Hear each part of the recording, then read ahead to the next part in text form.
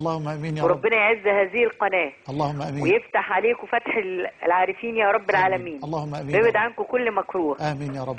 وانا يعني كنت احب ابشر حضرتك ان الحمد لله رب العالمين يعني علمت كتير تغسيل وتكفير الموتى، وكل ده في ميزان حسنات حضرتك، لان حضرتك كنت اول واحد حببتني في الموت. اللهم لك الحمد. فنفسي بقى اقول لحضرتك مجموعة يعني سؤالين ثلاثة ان شاء الله. نعم اتفضلي. اول واحد، يعني انا اتصلوا بيا وقالوا لي ان في احد المشارح في مصر اخت انتقلت الى رحمة الله، وهم محتاجين ان انا اغسلها، وهي طبعا طب شرعي، وقالوا لي دي ماتت وهي بتزني. يا رب سلم يا رب. فانا يعني يا رب سلم. رفضت ان انا اروح اغسلها، لاني استخرت الله عز وجل وقلبي ما انشرحش. سلم. هل علي وزر ان انا ما رحتش غسلت هذه الاخت؟ سلم يا رب. تاني حاجة، الكفن. الكفن ممكن اطلعه للغني والفقير مجانا، ولا لازم اخد من الغني مال؟ نعم. اخر سؤال. نعم. صوت المرأة لو مثلا في اذاعة قرآن كريم واستضيفت في احد البرامج، هل صوت المرأة عورة انها تطلع تقول برنامج مش هتظهر؟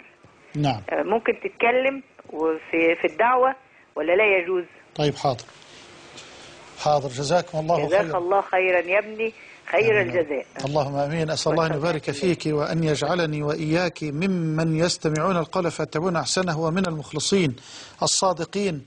والحقيقه يعني السؤال الاول لامنا الغاليه الفاضله، وربما تكون الحجه منى على ما اذكر والله تعالى اعلم ان لم اكن واهما.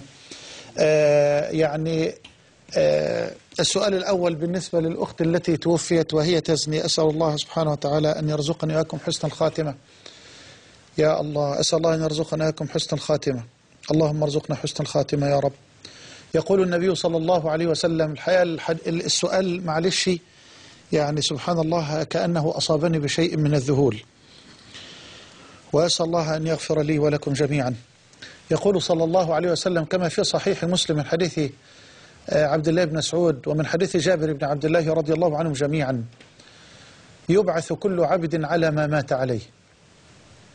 يبعث كل عبد على ما مات عليه، ولا حول ولا قوة إلا بالله.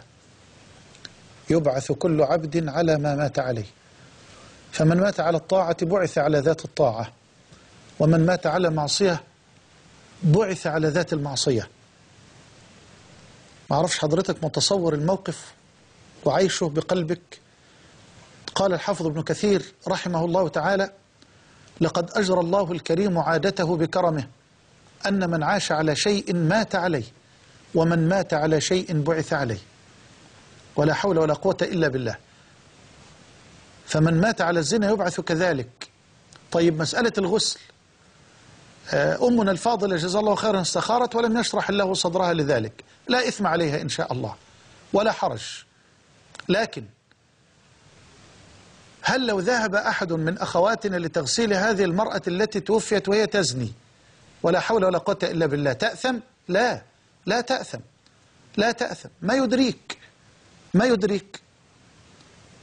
فلا أعلم على الإطلاق طوال تاريخ هذه الأمة أن هناك زانيا أو زانية دفن بغير غسل لزناه أو لكبيرته، فلو تقدمت أخت لتغسيلها فلا إثم عليه ولا حرج. في الوقت الذي أقول فيه وأنا مطمئن لا إثم ولا حرج على أمنا الفاضلة إن كانت قد استخارت ربها ولم يشرح الله صدرها هي لتغسلها، فإن النبي صلى الله عليه وآله وسلم كان يسأل عن المتوفى أعليه دين أم لا، فإن قالوا نعم قال: صلوا أنتم على أخيكم، وليصلي هو، لكنه لا يمنع غيره من أن يصلي عليه. ولذلك قال علماؤنا: لا حرج لبعض أهل الفضل وبعض أهل العلم إن امتنع عن الصلاة على ميت لأمر ما أو لسبب ما، من باب أن يكون ذلك رادعا لأهل العصاة ولأهل الذنوب، لكن لا يمنع الآخرين من التغسيل أو من الصلاة عليه. وهذا ما تعرف عليه يعني المسلمون من لدن النبي صلى الله عليه وسلم إلى يومنا هذا، والله تعالى أعلم. فأسأل الله عز وجل أن يرزقني وإياكم جميعا حسن الخاتمة، إنه على كل شيء قدير. طيب اسمحوا لي أن أستقبل اتصالا خارجيا وأعود لي الإجابة على السؤالين الأخيرين.